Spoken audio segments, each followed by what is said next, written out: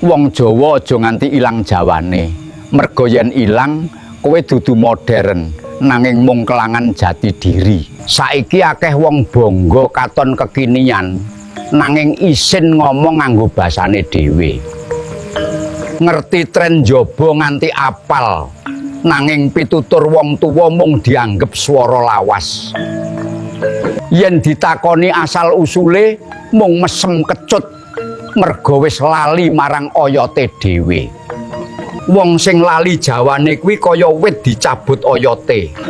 Katon urip nanging mati alon-alon. Ora duwe pegangan, gampang keseret gengsi, gampang kebakar hawa nepsu. Jawa kuwi dudu mung basa alus.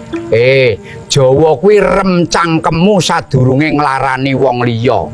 Nanging saiki sing kasar diarani jujur, sing ora duwe unggah-ungguh diarani wani. Padahal kuwi dudu wani. Ae kuwi tandha atimu wis wiwit ilang rasane. Akeh sing pinter nanging ora duwe tepa slira. Akeh sing sugih nanging lali ngajeni.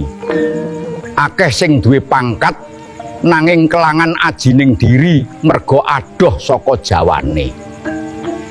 Wong Jawa sejati ora perlu pamer apik, merga sing sejati kuwi krasa tanpa dikandhokake. Aja nganti anak putumu luwih kenal budaya njaba tinimbang warisan leluhure dhewe. Aja nganti kowe dadi wong asing ing tanahmu dhewe, urip ning Jawa nanging atine ora duwe Jawa. Mula jaga basamu, rasamu lan tata kramamu. Dadi modern oleh nanging aja nganti ilang Jawane.